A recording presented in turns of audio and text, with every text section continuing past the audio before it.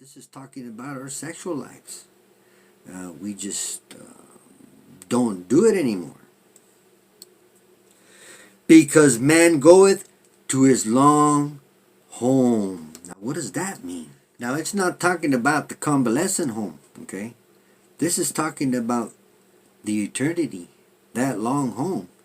In other words, you need to know and understand that the life in this flesh body is temporary, and it was meant to be temporary. And the mourners go about the streets. In other words, they're getting close to when they're going to bury you, or cremate, or whatever the case may be. But yeah, that time is going to come for all you youth. So think about that. Think about what you do in your life. Verse 6. Or ever the silver cord be loose. In other words, when you die. Or the golden bowl be broken, meaning whichever way it goes, whether it be by accident or natural causes, it doesn't matter, diseases.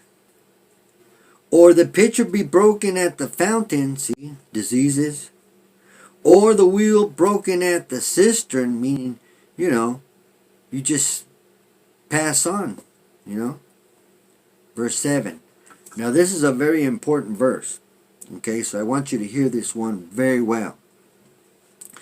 Then shall the dust, okay, now he's talking about your body, return to the earth, okay, your body returns to the earth as it was. Why? Because that's where it came from.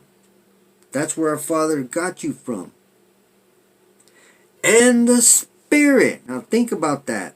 This is the spirit, our soul, shall return, again, shall return.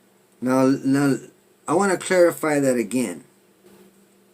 Then shall the dust return to the earth as it was, and the spirit shall return unto God who gave it. In other words, that little old flesh body of yours that you have there, without that spirit, without that soul, it doesn't do anything.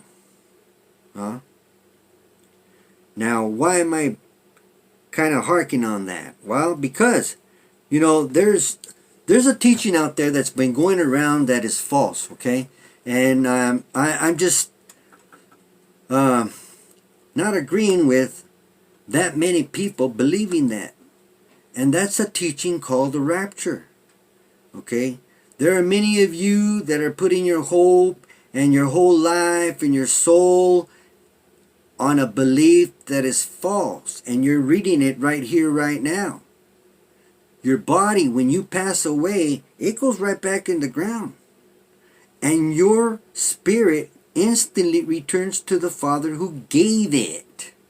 It does not sit out here in a cemetery or in a hole in the ground waiting for the Lord's return. No, if you believe that Jesus rose from the dead, then you have to believe, as it's written right here and reread at this moment, the moment you die, you also return to the Father, just as Jesus did. Or you not believe that Jesus rose from the dead? Or do you not believe that God, our Father, is the Father of the living and not of the dead? No. Don't believe that teaching of a rapture. You're going to get yourself in trouble. You're going to get yourself in a mess that you're not going to be able to get out of. You better wake up right now. That teaching is false. Jesus said in Matthew 24, Mark 13, Luke 21, that a lot of these guys would come in the last days, and they're here now. And not to come to give you good news. No, they come to deceive you, to con you, to trick you. And to believe in falsehoods. And to believe in their own ideas, their own lies. Now, I'm going to be doing a lesson here pretty soon on that. There is a chapter Oh, there's many, but there's one that specifically concentrates on the teaching of the rapture. It's false. Okay? And you're going to see that our Father is against those that teach that lie. And if you believe that lie, well, guess what? Our Father's going to help you believe that lie. But you just read right here, right now, that when you pass away, your body goes back to the dust where it came from, and your spirit returns right to the Father who gave it. That's the same equivalent to what is written in the New Testament. Absent from the body is to be present with the Lord, not out here in a hole in the ground. No appointment needed. Think about that for a moment. Because that teaching there is a very dangerous teaching. Why? Because it puts you right in the arms of Satan. See, that teaching teaches that the first Christ that comes is the true Christ. But our Father's word says that the first one that comes is the false one. See, Satan comes pretending to be Jesus in the sixth trump. The real Jesus returns in the seventh trump. Do you know that 6 comes before 7? I mean, I hope you know how to count. I mean, even a child can understand that. Come on, wake up. Don't follow that teaching. I don't know how much to plead with you. But that lie is a lie that's going to cause the great apostasy when that false one returns. Yeah. That is Satan pretending to be Jesus. And many of you are going to think it's the real Jesus because you believe in a rapture. Think about it. 6 comes before 7. And I'll be doing a lesson on that here soon. Continuing. Verse 8. Vanity of vanities, saith the preacher, all is vanity. I mean, that's the name of the book.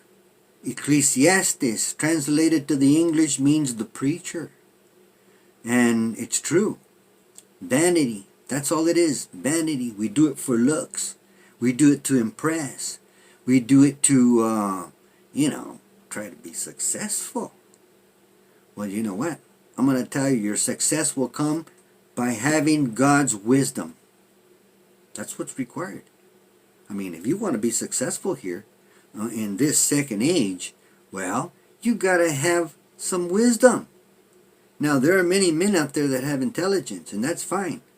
I mean, it does help. They've helped a lot of us with their intelligence. But only all wisdom comes from God. See? And that's what we need nowadays on the earth today. We need good, wise teachers, preachers, pastors, priests, bishops. It doesn't matter. Anyone who wants to represent our Father needs to represent Him with His words, not with their own words. Again, I'll be doing a lesson pretty soon here.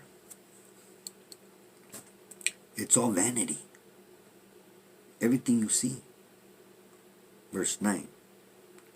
And moreover, because the preacher was wise, in other words, we're talking about King Solomon, he still taught the people knowledge. In other words, he took the time to learn to, like you can today. Learn this word.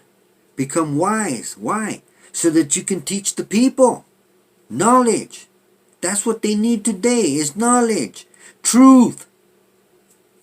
Yes, he gave good heed and sought out and set in order many proverbs. And that's exactly what we who want to bring our Father's word to the others, is that we are to seek out that truth. I mean, many just, they just go on television nowadays and they look at some other preacher and watch what he has to say, and then they go around and tell it to the others, and then you got another person who then tells it to another, and that's all they do. They never really get to teaching God's word chapter by chapter and verse by verse, so the hearer can at least have a good running start.